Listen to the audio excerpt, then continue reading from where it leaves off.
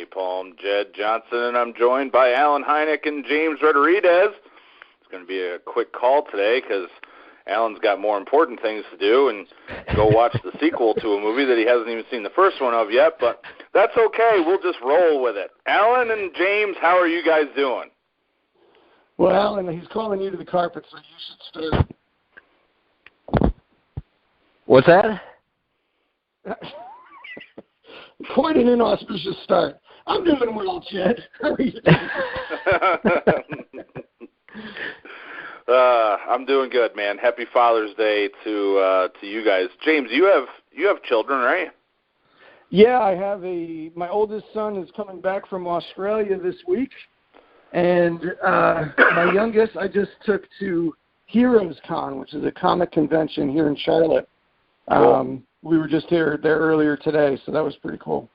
Tell us it was about a your nice kids, little Alan. Father's Day. Sweet.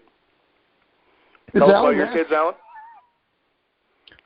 We're kind of cutting out a bit. I don't know if the reception sucks or what. I'm having a hard time hearing you guys right now. Oh, really? You there? Okay. Is it clear now? Yeah, I think so. Hopefully we're squared up. So. All right. I know that James and I were talking on top of each other there for a second too. So you have kids, Alan? Yes, a daughter and a son. Yep, daughter's 11, son's going to be 10 here shortly. So cool. This is my son's idea to see this movie today. So I don't know how you can have a sequel to a movie that's a secret, with the whole, Secret Life of Pets, and I'm seeing the second one. The secret's out. Doesn't really add up, does it? No. Can we stop calling it that? Yeah. Yep. Well, like hopefully said, it's good. I saw it last week, Alan. I don't think it's going to take too much for you to catch up. We'll put it that way. Okay. The character development is not so complex. It's an animated thing, right? Is that what it is? Yeah. Okay. All right. I didn't know if it was one of those things where they had like actual dogs and cats, but they just gave them like people's voices. Like and they ran around or what? Yeah. Yep. Yeah, those are the worst. Yeah, pretty much. Oh, cool. That should be interesting. Oh, man. And happy Father's Day to you too, Jedd. I'm sorry, what was that, James? I said happy Father's Day to you too, Jedd. Yeah, thank you. I was treated to one of my special meals today, veal cutlets. So, believe it or not, it's one of my favorite meals, and probably haven't had it in like 2 years, so it was a nice treat. Yeah, right. I did an eating challenge yesterday. No. Did you go up against like Jesse Pignonin? Oh, I don't think I could do something like that. Well, this was a fastest to finish 1 pound burger and a half a pound of fries. It was at the company I work for. They're stationed in a town. The name of the town's called Caledonia, and it was Caledonia's Founders Day. So all the local businesses, they had a whole bunch of crap going on, and each business could sponsor people to come and compete in this eating challenge. And I volunteered. Of course, nobody else from the company I work for signed up. So I actually wound up taking second place. I won $60 out of the deal. Nice. So nice. if this grip thing doesn't pan out, at least I've got a viable plan B. Need like a competitive eaters, league or something like that. So, $60 and a really quick meal. Can't beat that. Yeah. Oh. Well, congratulations on your win there, Alan, or your prize. That's very impressive. Thank you. And we were going to recap the North American Grip Championship here in episode 98. I just want to remind everybody to go ahead and like this video. It helps us out big time, and if there's anything you'd like to see or if you have any comments, please feel free to leave them below, and make sure that you check out episode 97, which actually took place last week, but I got it up late. We had a person volunteer to add videos and images to our shows, and I sent him the audio file for episode 97, and then I never heard back. So I don't know what happened, whether the things are going to spam or what, I don't know, but we'll have to try again and see if we can get it to work. So a lot of people have asked about that. We're going to try to make that happen and see what we can do. But the North American Championships was last weekend. It was at Titan Strength in Elmira, New York. and I can safely say that that is the last year that I'm ever going to promote a contest at someone else's place. I just can't do it anymore. It's way too much work to cart everything up to another gym. It's just too much. I can't do it. It was quite stressful this year. So I got something like that coming up for me as well. Yeah. So I'm curious to hear what you have to say about that. Yeah, well, it's one thing to do a contest, but when it's the North American Championship, and I don't know, there's something about running that meet that is tough. I don't know if I put too much pressure on myself to run a good contest, or I don't know. But I mean, I went up the night before, stayed there on an air mattress, ended up with like severe hip pain on my left hip. Didn't get to sleep until close to like 1 o'clock, and then I was up again at 6:30. So, and to make matters worse, I get up and start to work on the laptop and couldn't find the spreadsheet that I had built earlier in the week with all of the events on it, all of the weights already added in, and all that stuff. So the contest started off quite stressfully right from the beginning. And sounds it. Yeah, dude. And so I had to rebuild the spreadsheet as much as I could inside of about 45 minutes, because that's when we started at 11. It was like 10 o'clock when I realized that I didn't have that spreadsheet anymore. So that was tough. We had but do you find dudes though, Jedd, and that one those lady. events? Sorry? No, I was going to say, do you find though with those events where things go wrong, like if you do get through it and it's a successful event, you almost feel a little bit more accomplished? I mean, that's a good question. I just had to bare bones the spreadsheet. You know what I mean? I kind of set the spreadsheet up earlier in the week so that everything was really, really easy. It was probably I had it set up to make it as easy as possible for the two hands pinch, because you gotta add stuff to the front and the back on the two hands pinch, so it's a little bit different than just throwing it on one loading pin. So I had that set up. I had the whole scoring laid out for the silver bullet, for the medley. Like, there was a lot of stuff that already was kind of like set in automatic motion, and I couldn't take advantage of that because that kind of stuff I couldn't rebuild inside of the time limit that I had. So gotcha. But yeah, it makes me feel good as a promoter to be able to pull it all together, I guess.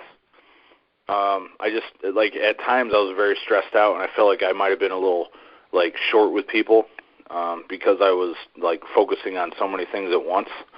And it's my own detriment that I kind of run stuff in a way that I guess I've become the keeper of all knowledge, and I don't pass it on to anyone else in, like, the key group. So it's not like they can really step up and help me with it that much either. So maybe a takeaway would be to, like, try to make things a little bit easier to manage with, should something like that take place. So delegate responsibility. I've put on a lot of events where things just went wrong. Computer brackets went down, microphones went down. You know what I mean? And you'd be announcing an event, and it's just sort of like, all right, well, someone else is going to have to work on that, and I'm just going to keep the event going, kind of thing. So I mean, it's hard if you don't have anyone to delegate any responsibility to. So But it looked like you had a pretty good contest. Well, it went well, and I think once the shit hit the fan with the spreadsheet, it made me kind of focus even harder. So I wasn't able to just kind of daydream and stuff like that. So I think it actually was a positive thing for just my ability to compete as well. Kind of funny how it worked out. Well, a little bit of anger and anxiety can help. Yeah. So the contests were a little bit different this year from in the past. Actually, last year was a little bit different too. But I put out a request for feedback on the events, and we ended up running the Silver Bullet at Nationals or North American Championship this year for the first time ever. Generally, we have 20 millimeter block set gripper event. So instead, this year we had the Silver Bullet, and I grabbed like the lightest version of each gripper that I had that had good knurling, because when the knurling sucks on a Silver Bullet hold, it actually can have a bigger effect on your performance than like having a real stiff gripper, in my opinion. Yeah. So, I have like a 138 or 139 number 3, and I just left that home because it's so old, the knurling's worn down so bad, you can't really get a good grip on it. So we used like a 142 number 3 instead. Then we used a 168 or 69 3.5, a 205 number 4, and then I think I only have I guess the 2 was like a 104 or 105, and I don't know how many 1s and 1.5s and stuff that I have rated, so we didn't have as much of a selection there. But the rest of them were, grippers where it was set up so that people would have a really good performance on their Silver Bullet hold. And I think a lot of people had some like PR performances. I think Eric Rusin said that he had his best performance ever on the Silver Bullet. So, so no official. Eric is looking better with age. Oh yeah, man! My gosh, he looks like he reminded me of like a Paul Roma, wrestler from the late '80s, just chiseled out of granite. Did he come in heavier than usual?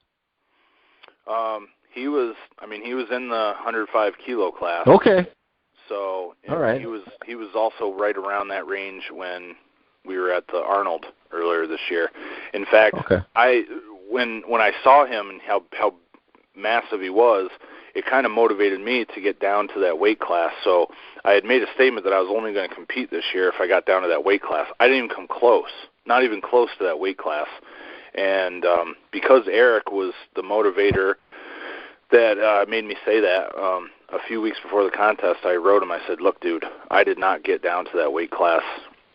Do you care if I still compete?" And he said it was fine with him. So I did end up competing, but I mean, it wasn't for lack of trying. I mean, so you can always make your diet better, and I left some holes in my diet, but I mean, I was doing cardio like 6 days a week, and it just wasn't coming off.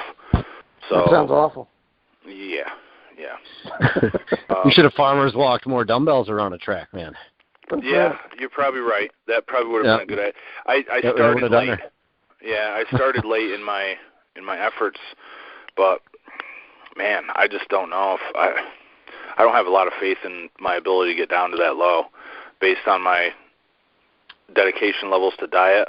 I just don't know if I can do it.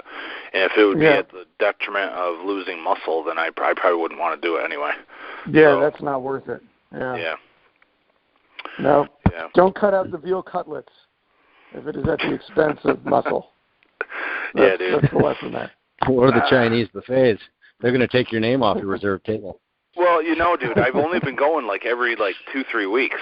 I mean, even that, you'd think that would have a pretty good effect on the weight that you're able to get down to, but my gosh. Yeah. But do you have to eat extra to make up for all the days missed then? Yeah. Or are you better off just going once a week? Don't worry, I took care of most of that last night.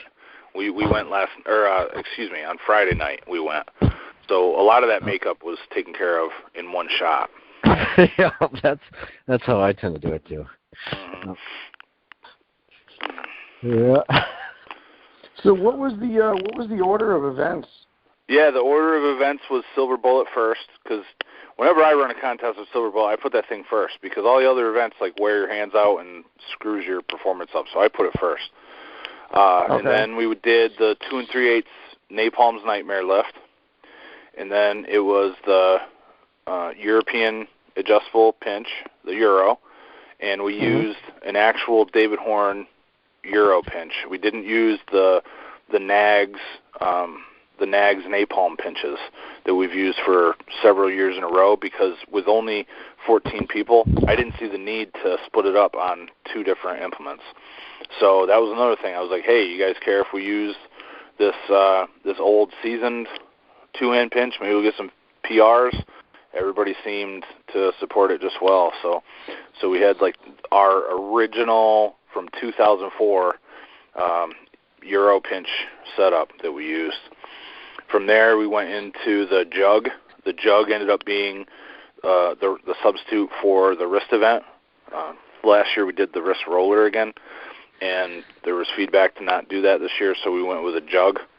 That was by popular opinion of past competitors. And then why was the wrist roller not? Why did nobody want that?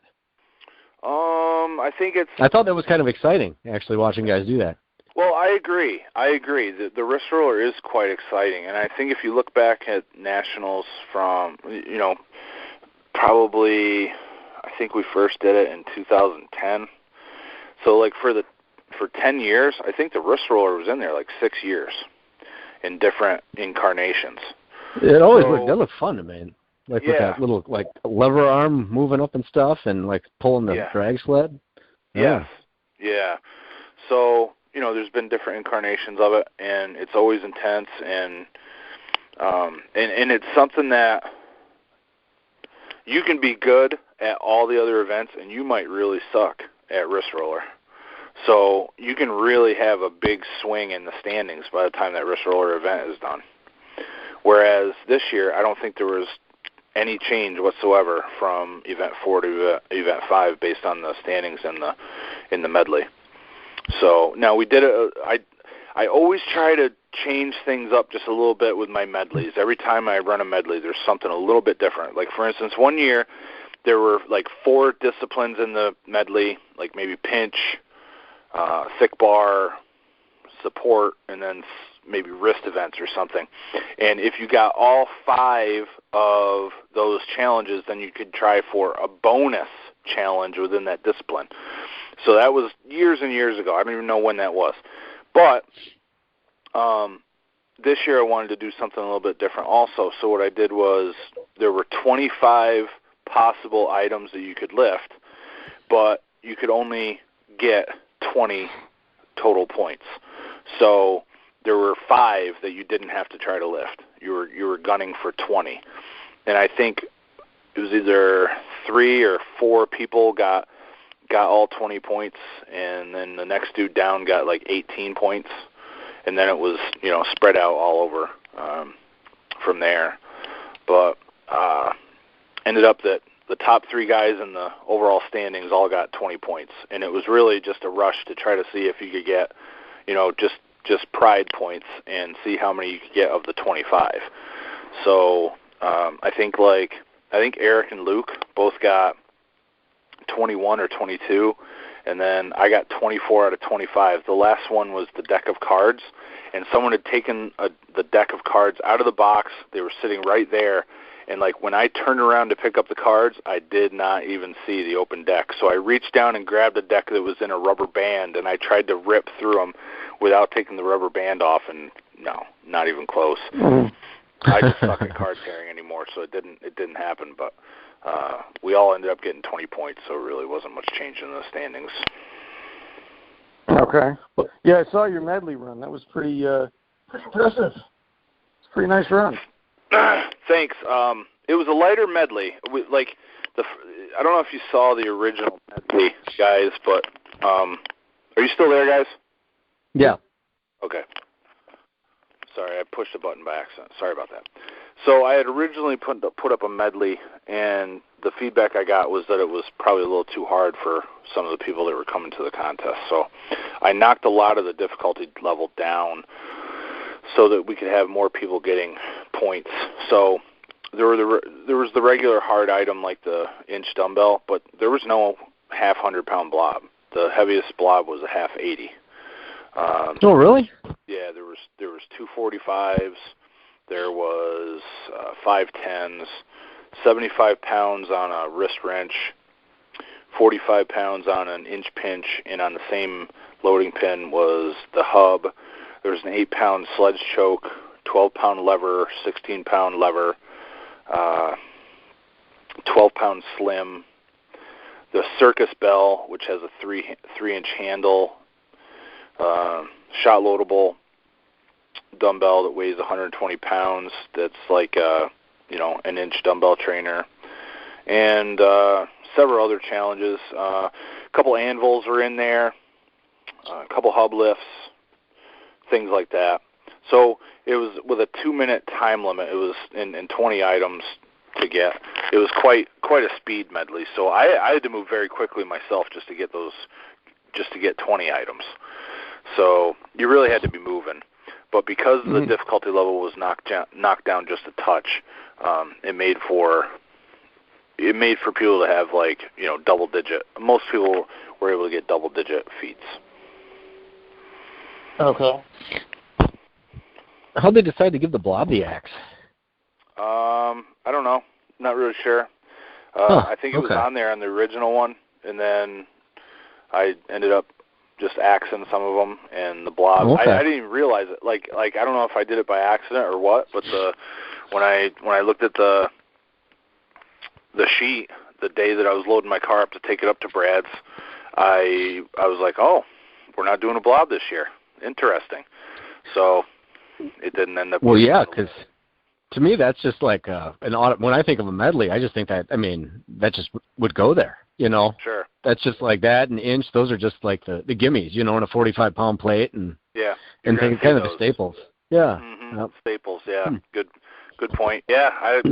No real reason except for I was trying to reduce the difficulty level on some stuff and it got whacked out. Sure. You loaded all that crap in your trunk? Yeah. I made 2 trips up there. The Sunday before the event. Okay. And Friday before. Yeah. I was going to say, that your bumper would have been dragging on the ground. Jeez. I don't know, dude. The Nissan Rogue is like the champion of crossover vehicles, bro. Like, there's nothing that this thing drags. I've had some big dudes back there, lots of equipment, and it's road strong, dude. Long distances. It's a standby. Really is. Really is a nice car. Cool. Well, I won't be able to load that much crap up for my run, but let's see. Have you gotten any sign-ups so far for your contest you and Joel are running, Alan? Right now, it's looking like 11 people. He's trying to nail down a few others. I've been reaching out to some people, but no real, no hard commitments though. So. Did you hear from Ethan Middlestat? No, I haven't. That name doesn't ring a bell. So he's a TCA member. He's about 20 years old. He's a very enthusiastic grip guy. He's posting videos like every single day, and he's buying like every piece of equipment out there. So I think he's going to make it. Maybe he hasn't reached out to you yet. Oh, is he up this way? Yes, he lives in Wisconsin somewhere. I'll be damned. Okay, all right. Well, cool. Yeah. I'll have to follow up with him.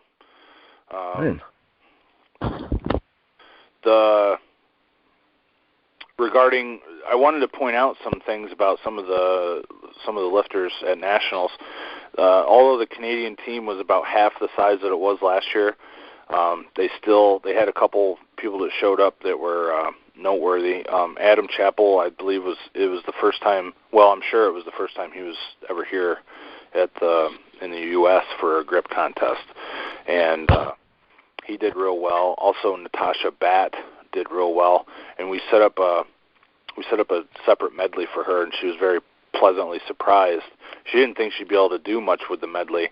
And I hadn't really posted that I was going to do a separate medley for her, but she was real appreciative, and she had a lot of fun doing that as well.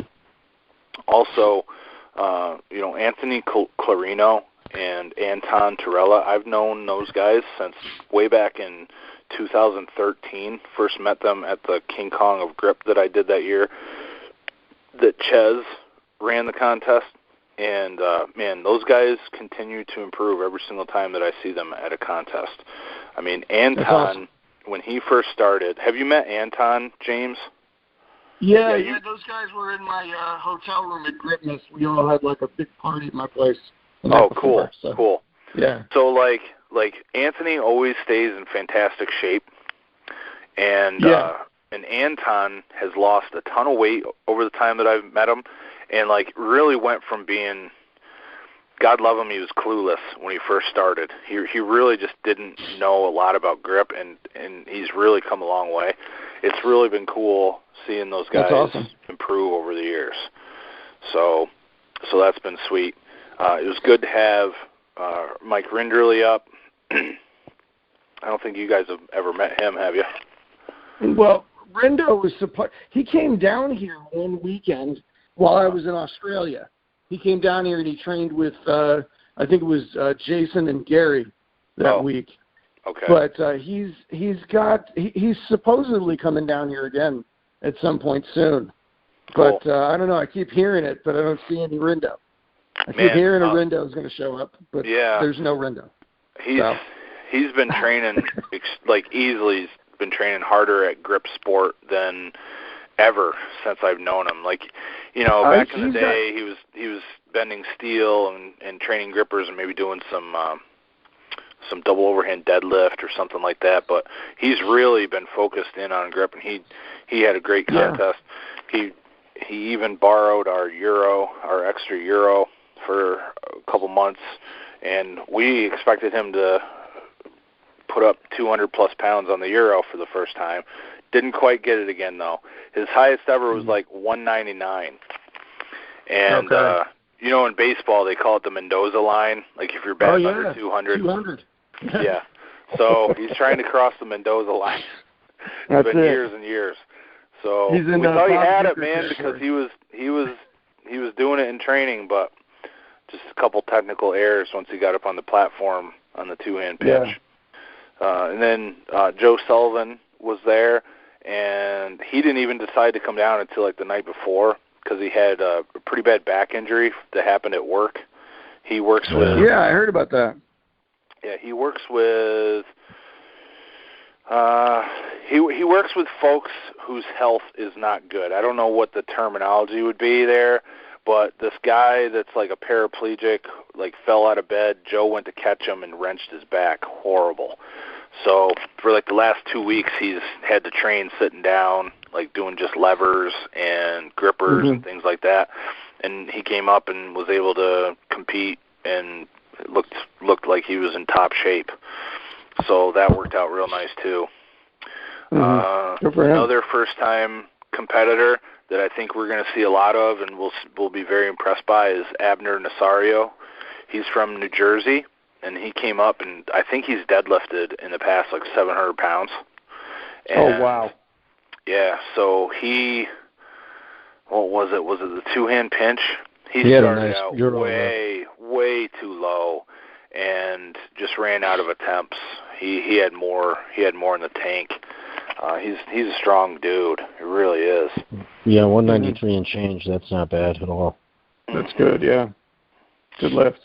And he had more in him. I think the same could be said for his Napalm's Nightmare too. Dude is really, really strong in the 93 kilo class.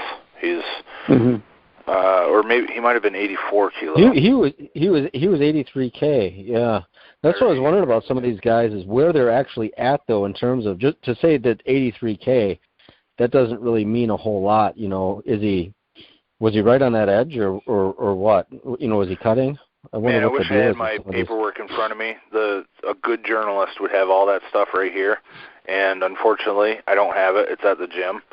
So I don't have his actual body weight, but I don't think he had to really suck weight for it. Not real aggressively. I don't know anybody that was like, all right, let me get this weight out of the way so I can go eat breakfast and rehydrate. I don't know of anybody that had to do that. So sure.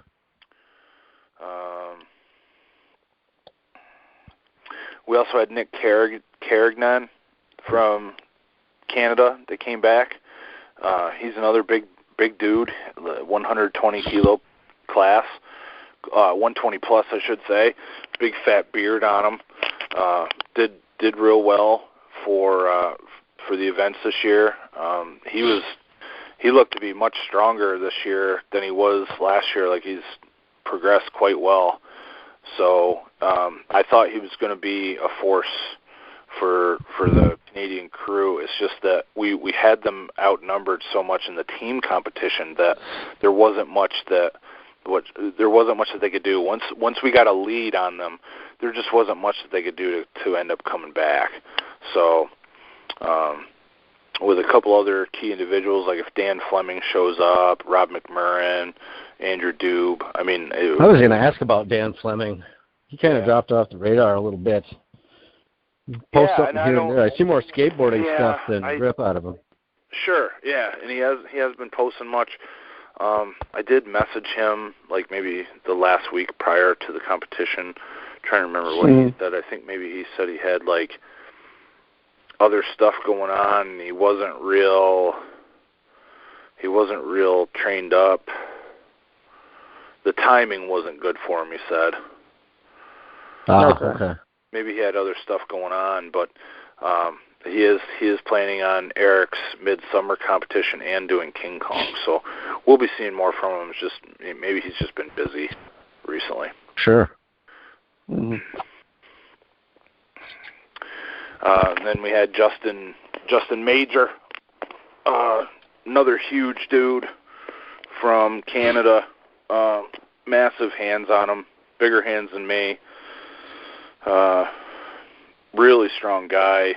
Did very well. Like I said, man, they just couldn't come back from the deficit once it started. Yeah. But what was some of the top numbers in some of the events? Yeah. So I think the top number for the Silver Bullet, I got 30.8 or 30.6 seconds with the 205 number 4. Wow. Okay. Great. Yeah, it's my longest holds in competition with a number 4, and one of my best performances ever. So awesome. I was real happy with that. Nice. And the next, we had a couple other guys get a bite with the number 4. So like Luke and Mike both got like a little more than a second with the number 4.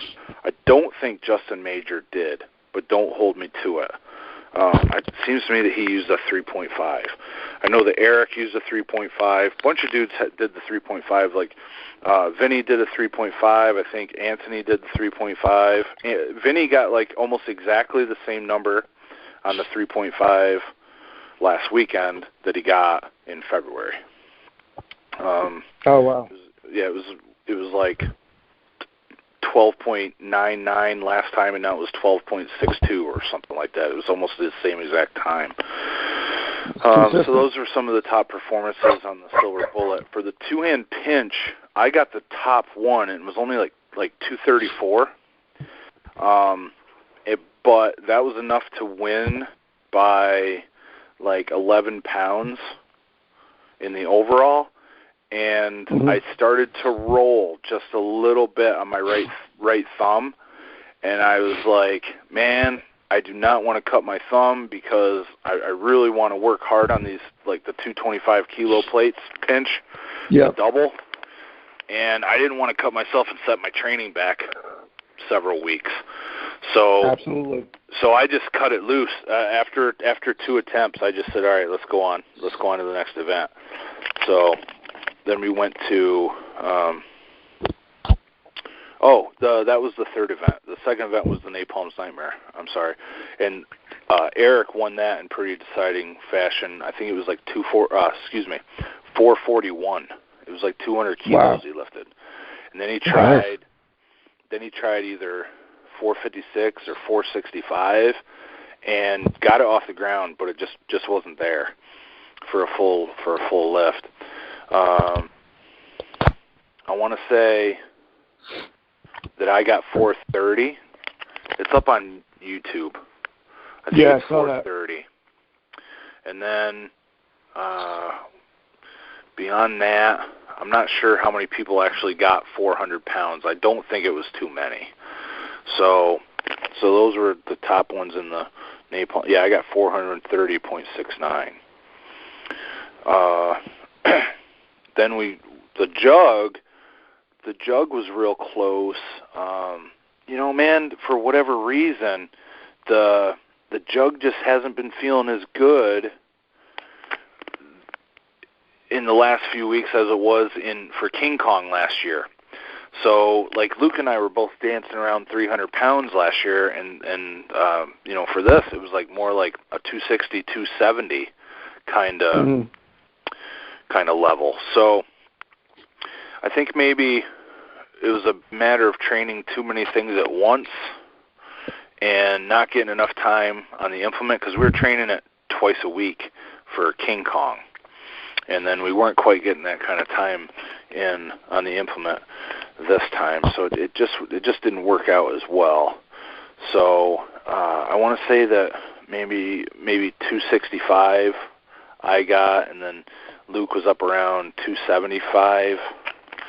And then Eric was right up there, man. His pinch seemed really, really high this year compared to what I remember in the past. He's really strong on the pinch, really strong on the jug, and of course on the Napalm's Nightmare, super strong on. And then Luke, and I all got 20 points, the max points on the medley as well. So, I mean, Eric isn't just looking the strongest he's like putting up the numbers that are the strongest he's ever put up too. So definitely a contender in any contest that he goes to. And he was doing extremely well at the Arnold as well, and then he ended up zeroing out on the Silver Bullet. So if he gets a registered time in the Silver Bullet, the overall rankings at the end of that contest could have been real different. And he started out on a high note with that successful 3.5 hold, and man, I think he got like 30 seconds on that, 30 plus seconds. So it was a good contest.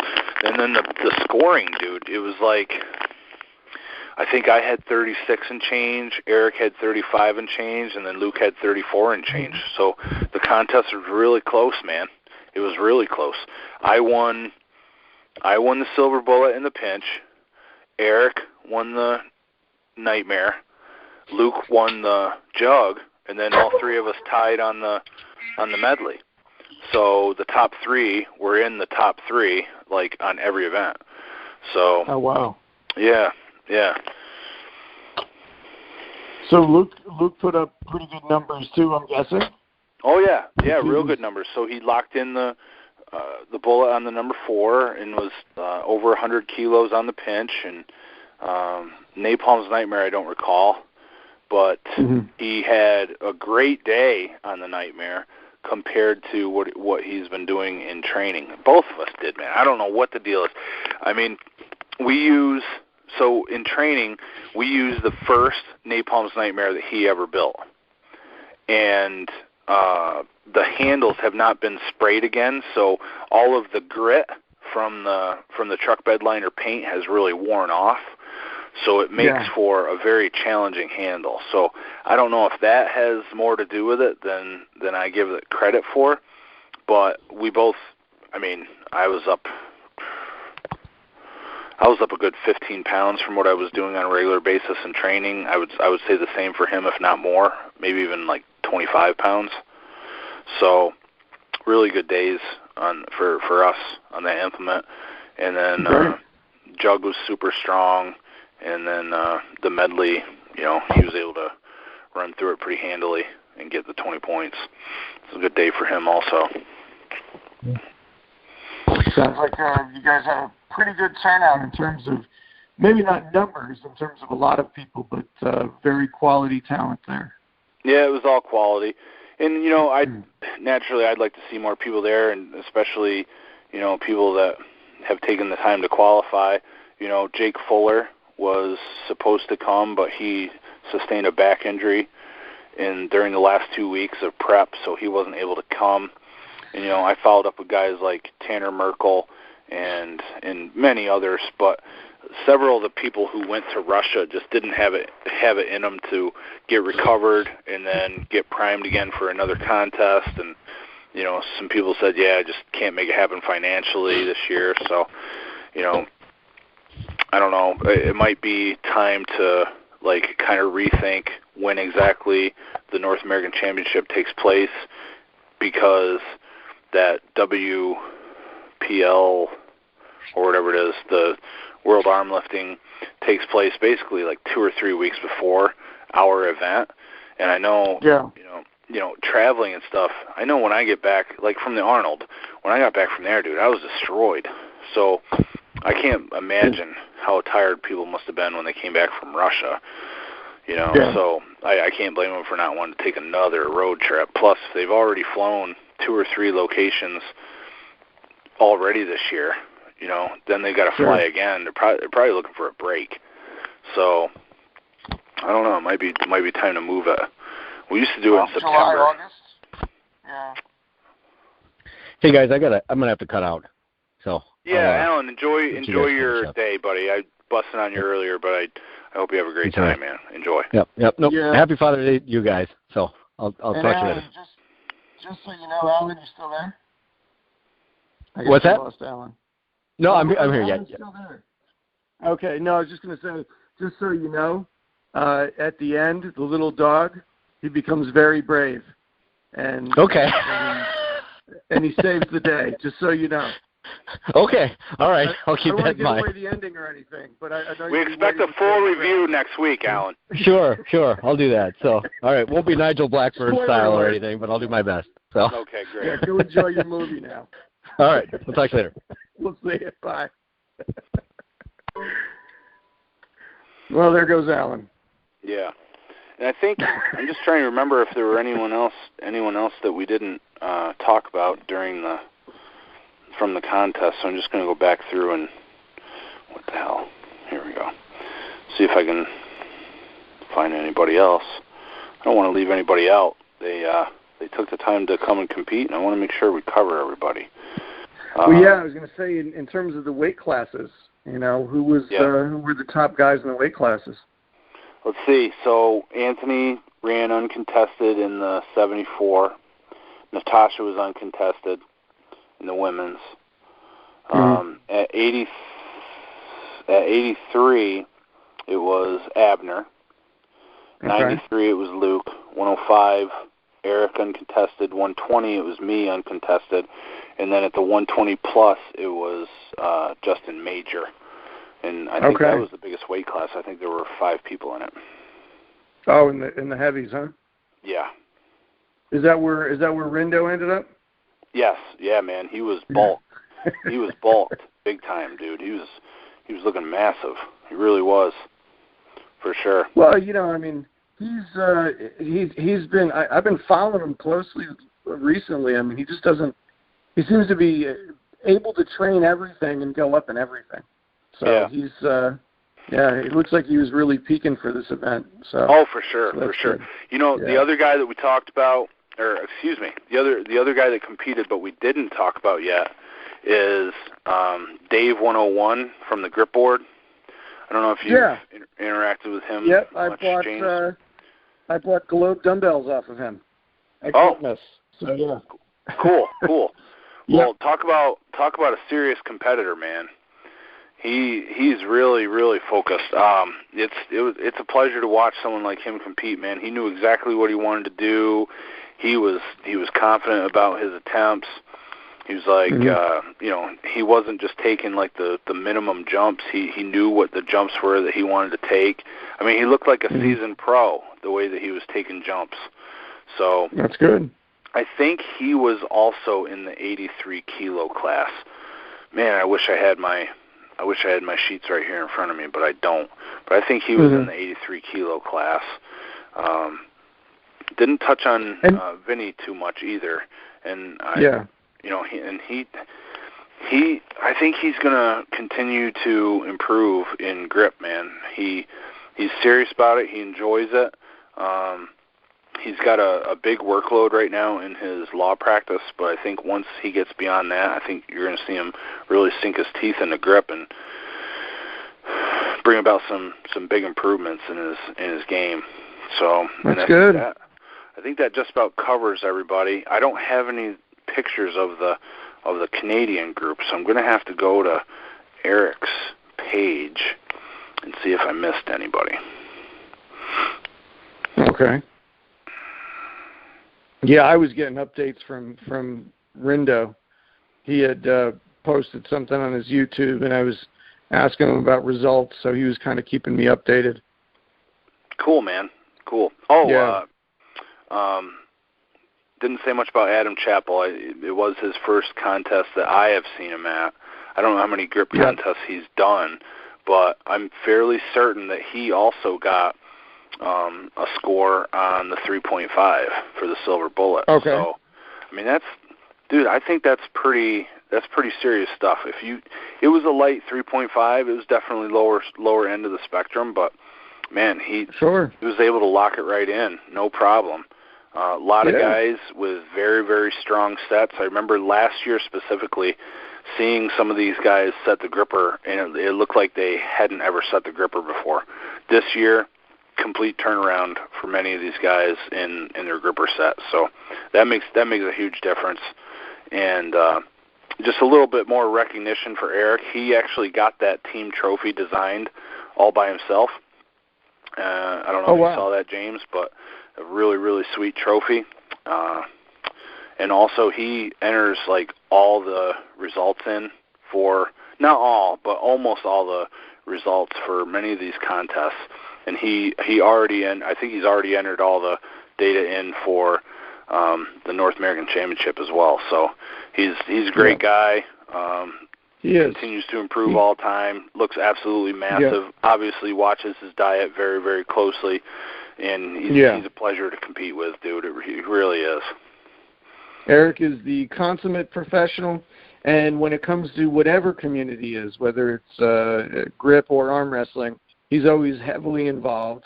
And he just volunteers his time pretty selflessly. So no doubt about it. Been a big Eric Rusin fan for a long time. I'm thinking about making the trip up to Canada for his Midsummer Classic.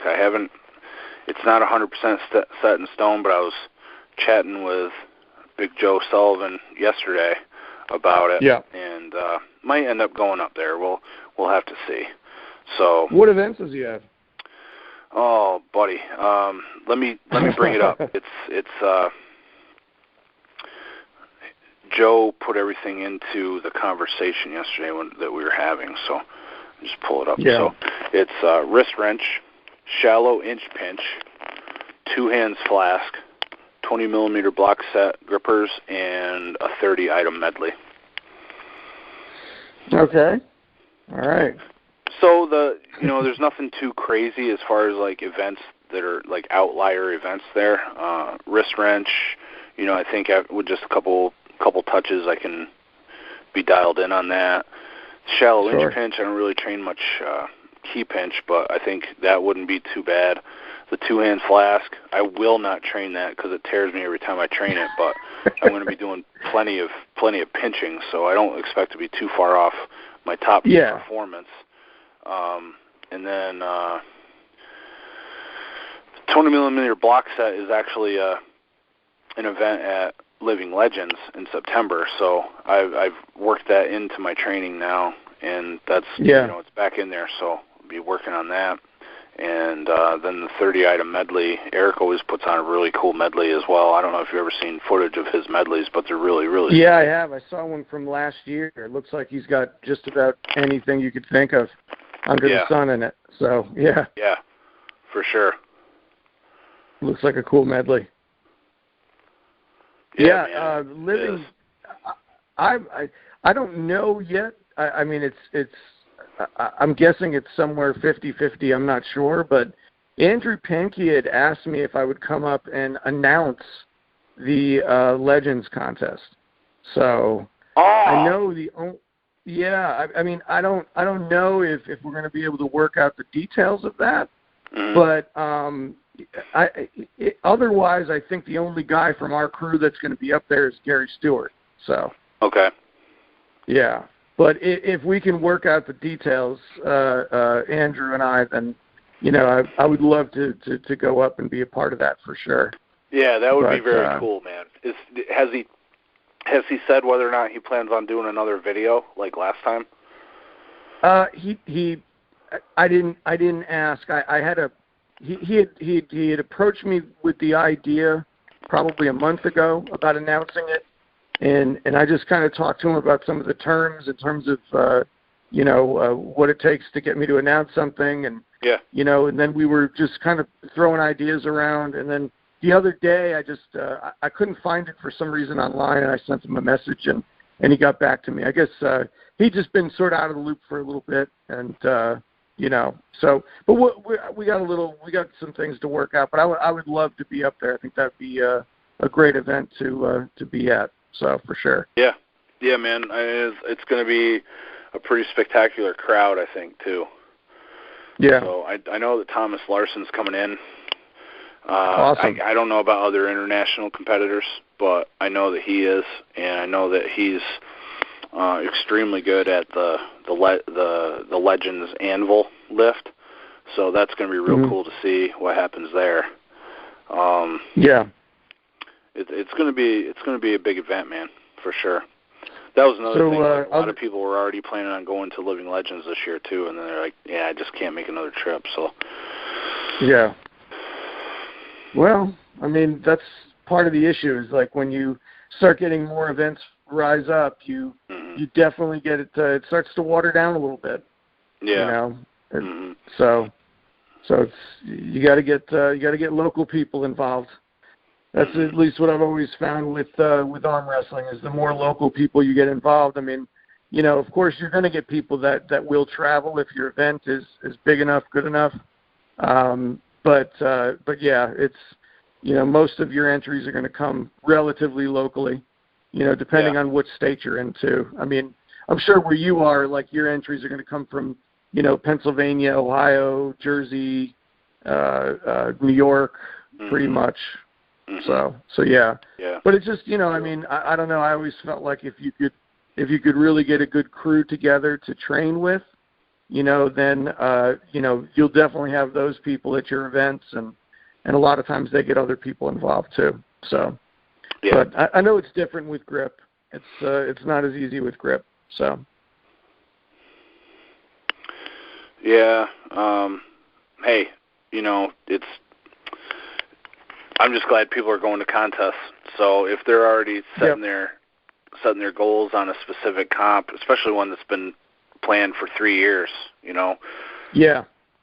I think that's good that they're going. So there's going to be a good crowd at the Living Legends, I think.